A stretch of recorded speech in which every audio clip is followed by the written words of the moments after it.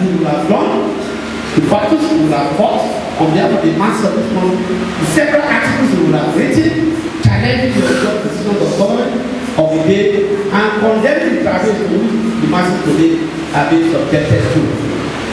Pursuant to their law, the objects of Gani Fawehinmi, and the importance of the ideas of Gani for the promotion and sustenance of human rights in Nigeria, including campaign against all forms of corruption, impunity, and bad governance. And by Gani's tradition, we are inclined to use this occasion of this celebrated posthumous birthday to address some topical issues in the country today as follows. Governance. Gani believes that good governance means being with the people, knowing their faith, avoiding their poverty, and solving their problems. We continue to demand for immediate release of all prisoners of conscience currently being detained or held in detention by this regime. We demand that the immediate release of all prisoners of conscience across the country. We call for immediate release of the head of Shai Muslim, and his wife, and scores of his follower still being detained. We call for the immediate release of IPOC leader Nnamdi Kanu. We demand for an independent panel of inquiry and demand that all those responsible for this brutal crime against humanity to be brought to book. We remain totally opposed to IMF, World Bank dictated anti-massive pro-rich programs and authentic measures. We remain actively opposed to fuel price increment, fuel scarcity, energy tariff, impact of darkness, and against mass strengthening or further job massacre.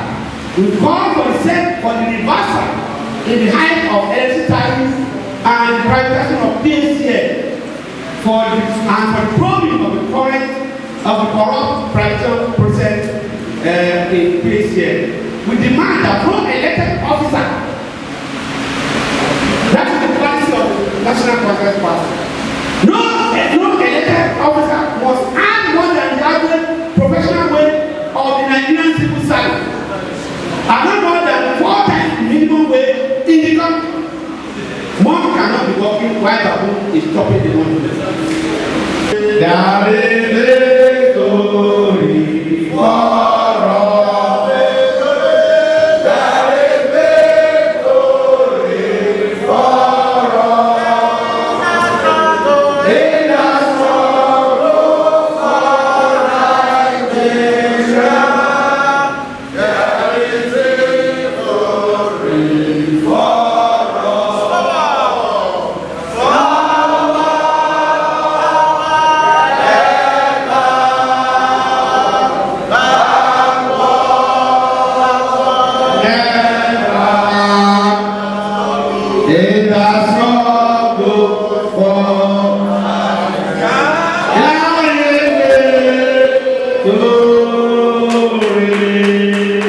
Because most of you have heard about the billions this and fall away. In the paper this morning, the EFCC now discovered that the 2.1 billion or not 2.51 billion but $15 billion that the Ziani Alice Magwe siphoned. So you can see why things are like this. I will not blame Buhari because this thing happened 16 years, started 16 years ago when an amazing and brothers was siphoned in London and in Bori. You know, my husband did a case against Bori and they said the 78 child charges because it was discharged and appointed, which means my husband was very nice. But to the glory of God, the British people saw that it was not nice and now it's vanishing in the game. These are the things that why even mention that the judiciary there is problem is very right. Because there are so many cases that even a layman will know that this case should hand the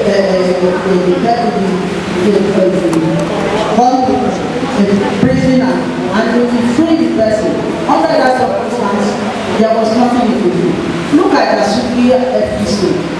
You know, if Buhari had not been so strong will, they would have let him out of the book and he would have been set free. Because I felt it was unfair that the responsibility of 200 million people was left to one man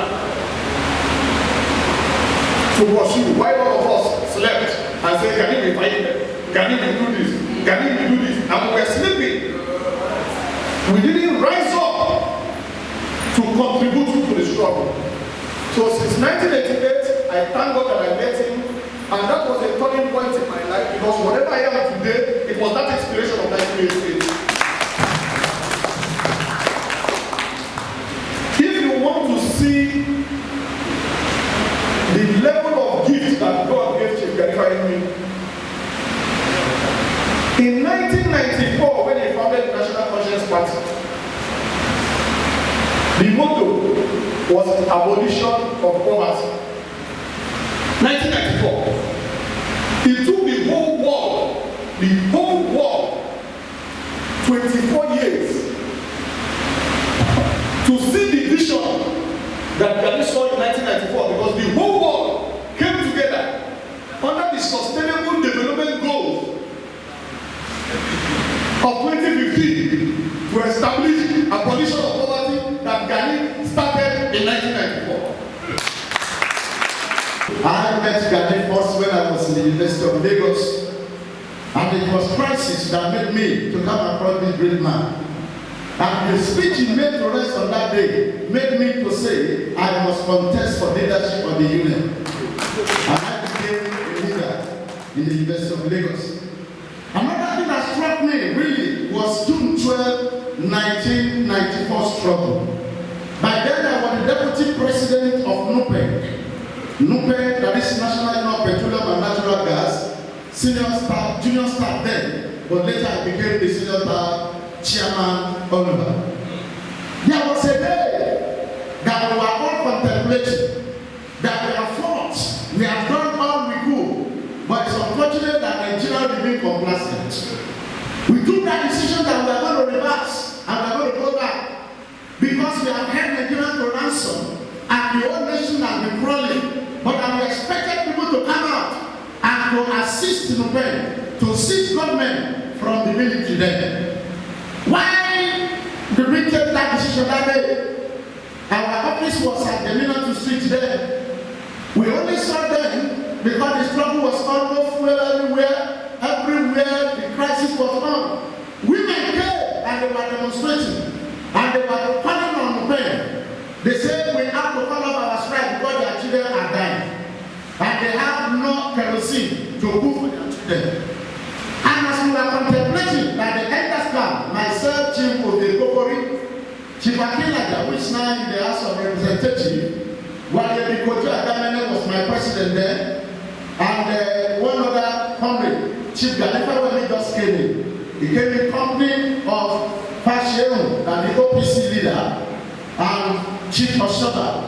Onyeko was among the people that came, and they said, every one of them spoke, but we said no, enough is enough. Tomorrow we have to follow the strike.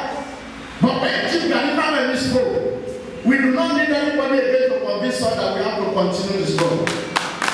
He told us what benefits that lie ahead, and how history will not forget the struggle if at the end of the day we are able to make it.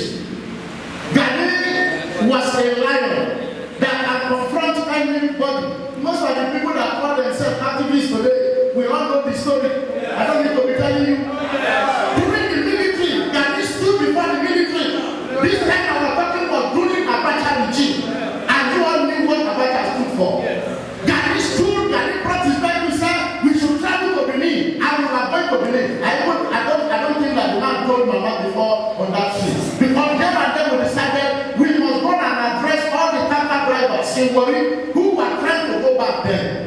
If we are to begin to explore what Gani did for this nation, we will not have enough time to continue to talk about it.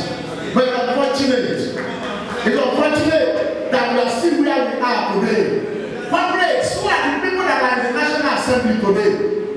Who are the people that are our senators today? Who are those that are in the House of Representatives? the chiefs of yesterday. They are the people that we still elected and they are being celebrated. But what we think about it, was there any election? No. Say there was no election. Since March 12, 1984, as an undergraduate, that I met Chief Gani Fawehinmi. I had an appointment with adherents because they called me to come. I was late and it was to keep an appointment with Chief Gani Fawehinmi. So he called Chief. I have a small girl here. Can I bring that? Chief said, oh, come. We went from Memorial to Chief's office. Seeing Chief so humble, coordinated, Chief welcomed us. And after spending some few minutes, Becca said, I need to drop you at my daughter. I have an appointment with my brother, Fela. I said, doctor, I want to go and see Fela with you. And that was how I met Fela. So I met three great men. Chief Gani Fawehinmi, Dr. Becca Saputi, Fela, March 12, 1984. And since then, I've held on to them. And I thank Mommy, while we were in detention at Alamo, Panti, Mommy was always bringing food. While I was in detention for more than 10 months, I had skin problems, bedbug, lice, and everything.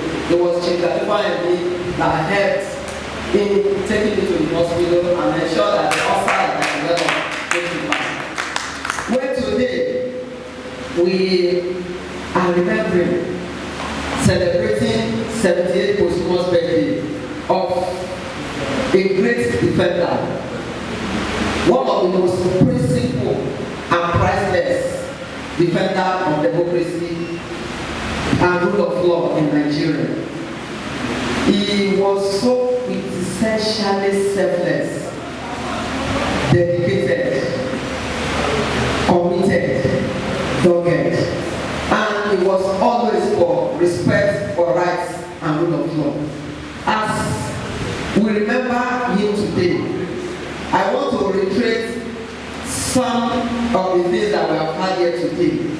That Gani Fawehinmi remains a great life wire, an organizer of men and women, and he defended human rights in his last. That the National Human Rights Commission should be named after him as Gani Fawehinmi Human Rights House. And like we've had here today, there should be a freedom park as we have in Lagos that is also dedicated in his memory. So that when all of us are gathered, we will gather at that freedom park, Lagos and Abuja, and then the Human Rights House will be named after him. As we also heard that Chief Gani Fawehinmi had zero tolerance for corruption. He was from a Nigeria that was where corruption will never thrive. And he respected the rule of law. So we really want to support this government in the fight against corruption. Also, something that notes that in the fight against corruption, there must not be any sacred cow. Again, that human rights must always be respected when we want to fight corruption. And then we want to advise our media too that they should try as much as possible not to engage in media trial of anyone, because we will rely heavily on them. As Chief Gani Fawehinmi has always pitched his tent with the downtrodden, with the oppressed masses of this country, we are saying no to the increase in tariff. Electricity tariff was the